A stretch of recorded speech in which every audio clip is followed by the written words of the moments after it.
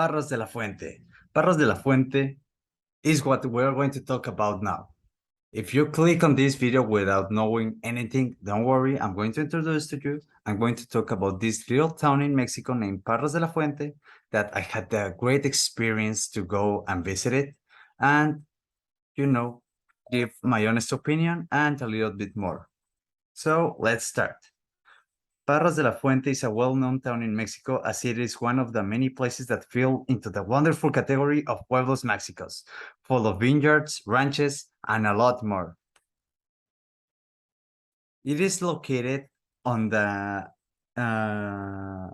southern region of Coahuila, Zaragoza, with an altitude of 1,520 meters above sea level. That is a lot of information. If you just want to search for it, just go Google Maps, Paros de la Fuente, and it's going to appear. Trust me, I have made it. A little bit of information about its ethnic groups. It doesn't have any ethnic group categorized as original from Paros de la Fuente, but it does have a lot of ethnic groups that have emigrated from another place, as Mennonites, Kikapu Indians, Negro Mascogos, amongst others. And even there are no any groups officially recognized as originating from Coahuila, there still exists a large number of people who speak indigenous languages, since according to the data recorded from INEGI in 2020, 1,657 people speak Nahuatl, 512 speak Zapotec, 406 Huasteco, and 308 Mazahueca. So yeah, there is diversity. Now, about demographics and economic data, in 2020, we have almost 35,000 people living in Paros de la Fuente. That's awesome. And only 1.73% are illiterate, which, well, that's pretty good, I think, because considering that most of the people in Mexico in these little towns are illiterate, to have just 1% of it, I think that's a good signal.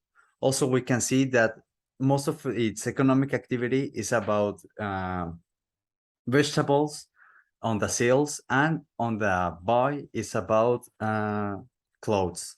Also, we can see that the mean of salary is highly increasing, which is also a good thing. Now, cultural heritage inventory on tangible buildings. We have a lot of beautiful buildings. Let's start with La Cinderella San Lorenzo of 1597. This is a beautiful place, one of the first in Paros de la Fuente that comes from Casa Madero, from the great family Madero, from Francisco Madero, one important person of the Mexican history, and it has a lot of vineyards.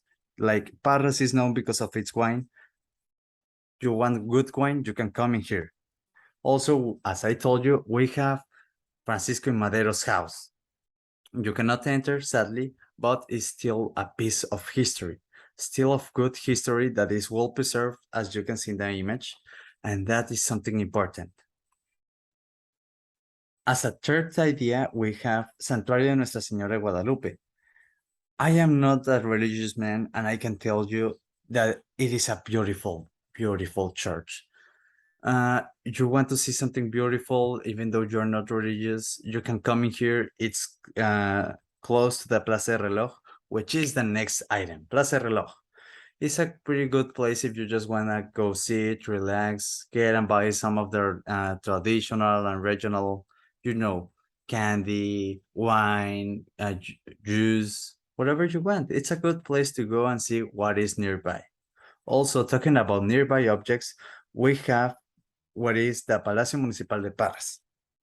As you can see, we are going in a timeline from the most antique to the most recent.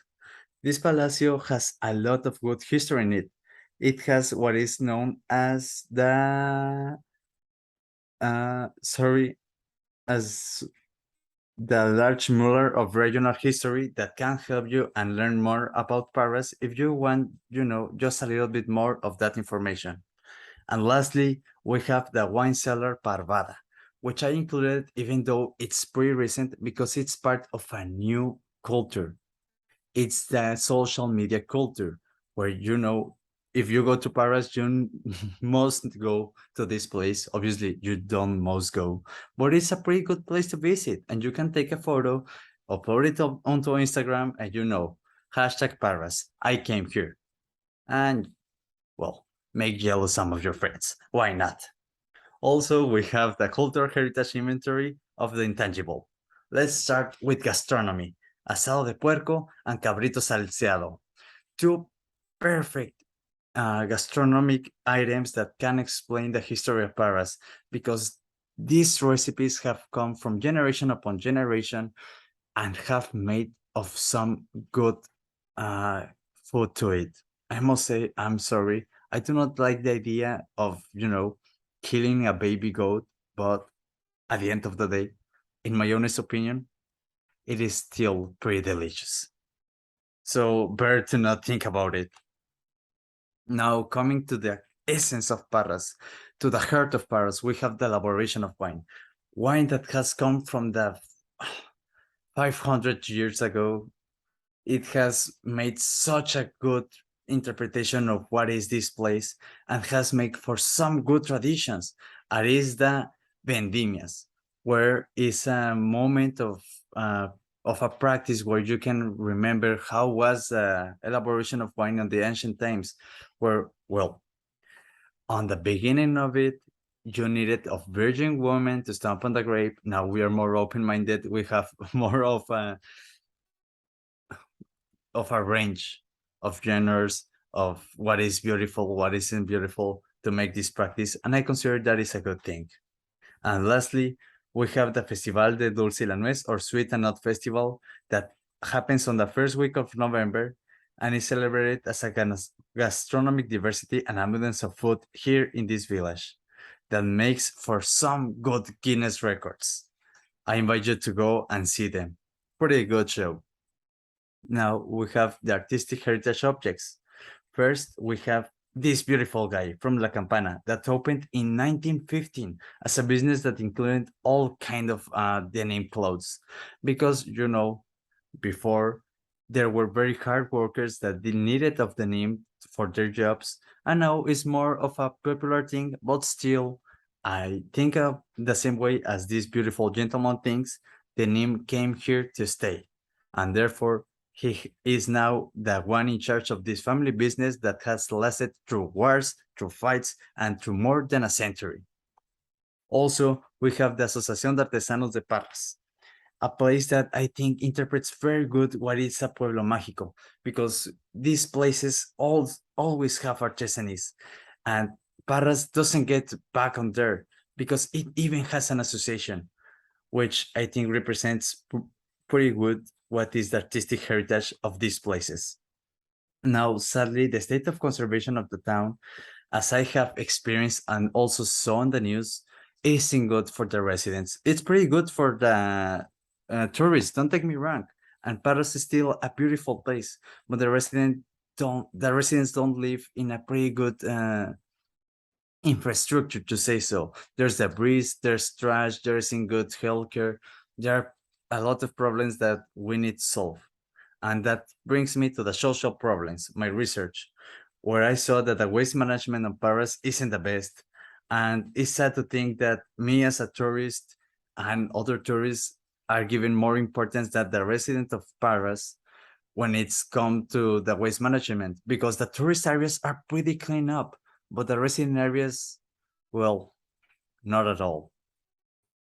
And as I am telling you, we have pretty good tourist areas, as you can see on the image above, and we have more normal tourist areas, which is pretty good, as you can see on the image below. You can see there is a pretty good difference between the lodging. There is more elite lodging and more budget options, as well as restaurant options. We have the expensive restaurant, the not so expensive restaurants, but there is variety, and that's good. What isn't good is that most of the resources go for the tourists and not for the residents. So yeah, I think we need to stop that. Thank you for your attention. Go and visit Paris. It is pretty beautiful. Just stay on the tourist place if you want to conserve that essence. See ya.